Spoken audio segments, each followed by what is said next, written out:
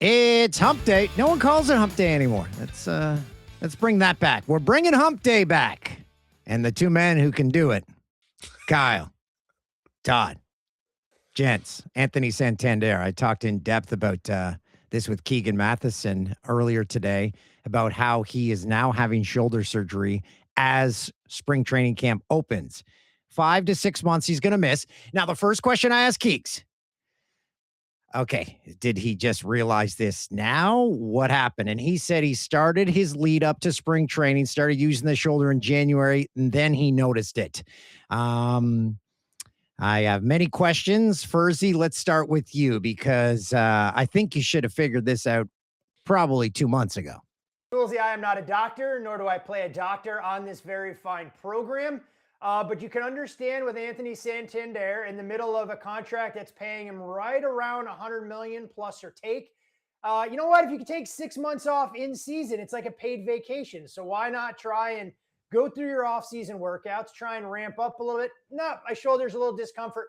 I'll see you guys in September. But at the same time, you do wonder when you go through some of the postseason evaluations and everything that you have the medical staff in place, why these aren't things that are coming up and the recommendations being made so you can get ahead of them more so than waiting till about a month before the season starts and being down one of the key cogs that you were going to lean on to clean up some of those innings in the outfield for the Jays this season.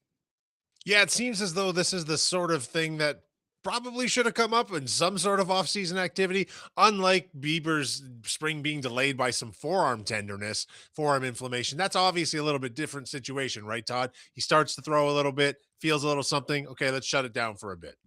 Yeah, I mean, look, everybody's got their own ramp up. Every professional athlete, we know it's a unique skill set. So you wonder what Santander, if it was a workout related injury, if he just decided to take a few more swings, and that's where he really started to feel it. Again, we don't know what's going on. Hold on, this may be his agent calling. So let me see what he's got. Let me see what he's got to say. Is that the hotline? Who has a landline anymore? It's the Bad Bunny hotline. If the Latinas need to call my number instead of my mobile phone that my wife knows, she doesn't know the landline number. I'm safe when she leaves for the office. But in terms of Santander, look, it's an unfortunate situation. It's what these teams deal with. And you hope there's a reason that they waited to try and figure all this out. But you're exactly right, Kyle. When you're looking at a pitcher, they're going through their slow ramp up, especially with Shane Bieber, where you're hoping to get 150 plus innings from him. He didn't have a big workload on his plate last year, albeit high leverage innings, coming back and pitching when he did for the Jays in the postseason. But in my opinion, very much apples to oranges when you're looking at this injury designation.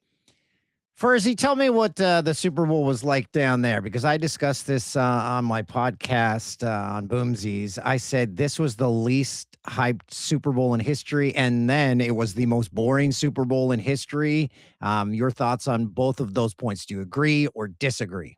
I would echo your sentiments. Anticlimactic is probably the best way that I would go about describing the game. And when you look at the overall betting handle in the state of Nevada, 131 million.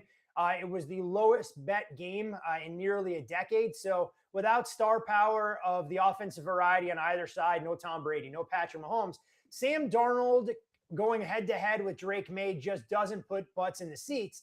And it was a game that for the better part of 3 quarters was extremely anticlimactic. I mean, 12-0.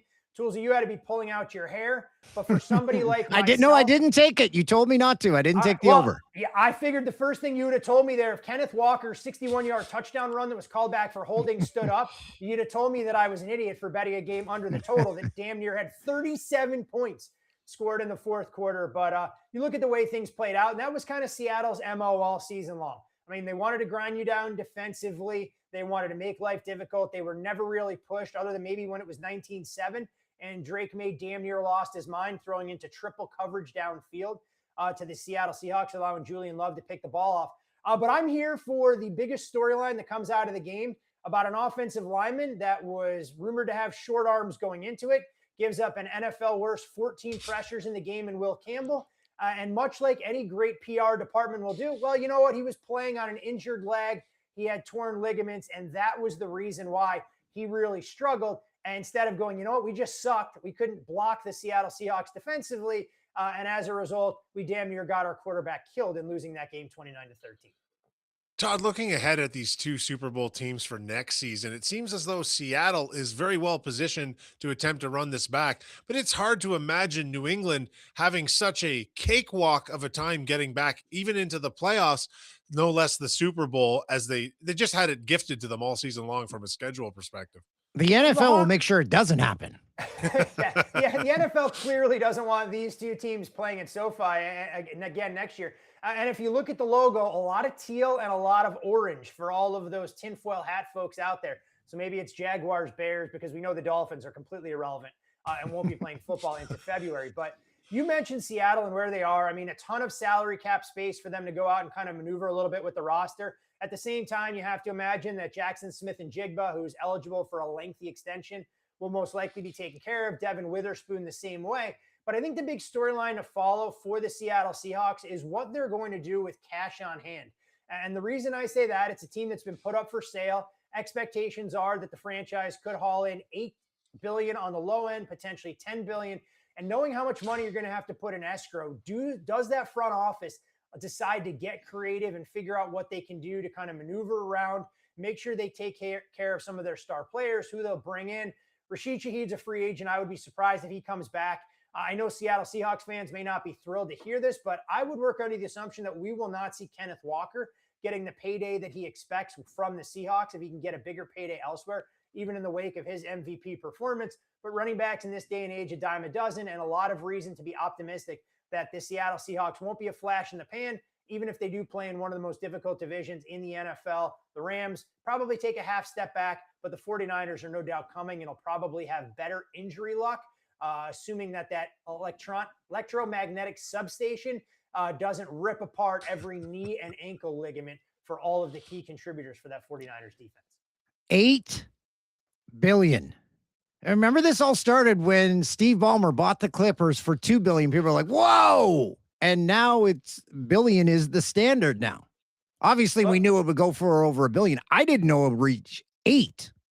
Only 32 of these things, if you want to be an owner in what is now a global game with what feels like 37 international dates that are out there. I mean, these revenues aren't subsiding anytime soon with the lucrative media contracts and everything else. But if you'd have told any of us 15, 20 years ago, I can't speak from myself because I didn't have the money to buy any of these franchises, that these valuations would continue to grow exponentially. I mean, it is mind-boggling. And it begs the question of what the franchise fees and the valuations will look like when the NBA most likely announces expansion this offseason and we get an additional franchise in Seattle and another team coming to Vegas to try and figure out how much more valuable the NFL teams are compared to their NBA, Major League Baseball, and of course their NHL counterparts on top of it. Just so you know, the Allens bought the team in 1997 for $194 million. That is one hell of an appreciation in value.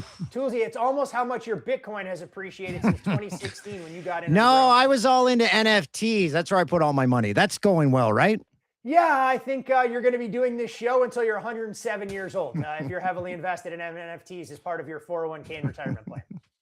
Dan's entire NFT portfolio consists of 3 JPEGs of producer Tim, but we're not going to go any further. That's right. I didn't even get an ape. Not even an ape. We don't have a hybrid of producer Tim as an angry ape. We didn't have that kind of crossover in any capacity. We will shortly. That's what AI is for, baby. Todd, the crown jewel of the Winter Olympics begins today. I'm, of course, referring to the men's hockey tournament. And it is a star-studded affair once again with the NHL players returning. You're the 2 Toronto Maple Leafs in question here. Matthews, captain of Team USA, Nylander, on the brink of whether or not he should even be playing. If you're William Nylander, how much chance are you taking? How nervous are the Toronto Maple Leafs right now about his health going into this tournament? Well, you gave me the alley-oop and a little bit of low-hanging fruit. I mean, if William Nylander wants to accomplish anything on the ice and play meaningful hockey this year, he's got to do it wearing the Trey Kroner logo on his chest because it's not going to happen when he dons the Maple Leaf sweater coming back after the Olympics. But if you're the Leafs, fans or front office, you've got to be sitting here scratching your head going, if this groin injury may hold him out of the tournament opener against Team Italy, which should be point night for everybody on that Sweden roster, how healthy can he really be at this point in the season? And in my opinion, you kind of owe it to the team that's paying your salary to make sure that you come back and give them the best opportunity to push for the playoff race. I mean, I know we talked about it last week, guys, that win streak that the Leafs rattled off through Western Canada and the Pacific Northwest. I mean, has Leafs fans believing that they've turned a corner, that suddenly everything is going to be better and they're right back in the thick of things. But err on the side of caution if you're William Nylander. And if that groin starts to give you any sort of discomfort, it's part of being at the Olympics with your national pride on the line. But Nylander is going to have an opportunity to play in subsequent Olympics. It's not like he's got to go out there and battle through nagging injuries the same way as Sidney Crosby would, knowing that his window is closing. Canada's first game Thursday against Czechia. They play Switzerland the next day, and then 2 days after that, they have France. So in one of those games, they will determine their starting goalie, because I suspect we will see a different goalie in the first two games. I would agree, and I think you're going to get the starter, or at least who John Cooper believes will be your netminder going forward, playing the opener against Czechia, since France probably gives you a tune-up game of sorts and a pad your stats night for a goalie that might need to stop 6 or 7 shots. Look, maybe that's the perfect opportunity for Jordan Binnington to regain some of his confidence, given the season that he has put together for the St. Louis Blues, where he's dead last in the league when it comes to goals saved above expected. But if John Cooper is playing his cards this tight to the vest and going to wait till the night before to announce who his starting goalie will be in game one, it tells me that there is a real discussion going on behind the scenes, given Logan Thompson's performance coming in better form. The interesting element to it, though, is I don't think it changes any of the prep or the scouting that Team Czechia is going to do, other than the fact you now have one goalie that catches right, another goalie that catches left. And so maybe you're making slight tweaks on your special teams. But I think if you want to give the Canadians the best chance to win this tournament, Logan Thompson's got to be your guy. And if he stubs his toe, then you go to Jordan Binnington and you hope he can regain some of that form that was so important en route to them winning the Four Nations, a nice little tune-up for this year's tournament. Todd, from a sports bettor's perspective, I'm on BetRivers' site right now looking. The odds are obviously very heavily weighted towards the 3 or 4 teams that sit at the top of this tournament. But there has to be some value in these lines to find and some bets to pursue here. Maybe it's some combination of ineptitude of the worst teams, or do you expect incredible offensive performances from these teams at the top? How does a bettor find an angle in an international tournament? It's hard, especially early on when you're looking at these teams laying astronomical numbers. I mean, Team Sweden, a 5.5 goal favorite, minus $1.60. You don't see that in the NHL. Although some would make the case that the way the Vancouver Canucks are trending, that if they play the Colorado Avalanche or the Tampa Bay Lightning, they may be 3.5 goal underdogs before the season ends. At the same time, I think you're looking more at the middle of the pack. You're going to have an opportunity to bet on or against Team Canada and Team USA the deeper we get into this tournament. You may want to gravitate towards the totals market, but at the same time, knowing that goal differential and goals for are two of the biggest tiebreakers, it gives you a competitive advantage to not only finish atop your group over some of these teams fighting to make sure that they are the best overall ranked 2 seed, that you can avoid playing that preliminary round where 5 meets 12, 6 meets 11, etc. So when I go through a lot of these games, it's trying to figure out who may be overvalued or undervalued with the Finlands, the Swedens, the Denmarks, the Germanys, the Czechias of the world. And a team, guys, that I'm not going to bet against in their opener, but I think is overvalued coming into the tournament is Team Sweden. I look at this roster from top to bottom, and while William Nylander is touch and go, I wonder where the star power for this team comes from. By Olympic standards, it feels like a roster largely comprised of middle 6 players. I mean, Joel Eriksson Ek is going to be your number 1 center on this team. Elias Lindholm is going to be your 2C. And then you're looking at EP40, who hasn't shown form in over 18 months, as your 3C. That, for me, doesn't provide a roster brimming with confidence that if things are going wrong, you can have that one player to take over games, knowing that their best talent from top to bottom is probably Rasmus Dahlin. And then I have questions about their defensive pairings before we even get into the goaltending situation. So Sweden's a team for me that's a little bit overvalued. And I would say that, teams like the Germans, Czechia, Denmark to a lesser extent, maybe a little bit undervalued. And if you can find a little bit of an angle on these goalies that are capable of kind of stealing a game, it makes that 1.5, 2.5 goals you can put in your back pocket extremely valuable, because all of us remember what we've seen in the past from, a Switzerland program where it was Jonas Hiller, it was Martin Gerber, and then it was, Giannoni, who I'm going to butcher his name, so I apologize in advance, who kind of backboned this team last year at the World Championships and made the Swiss the real surprise.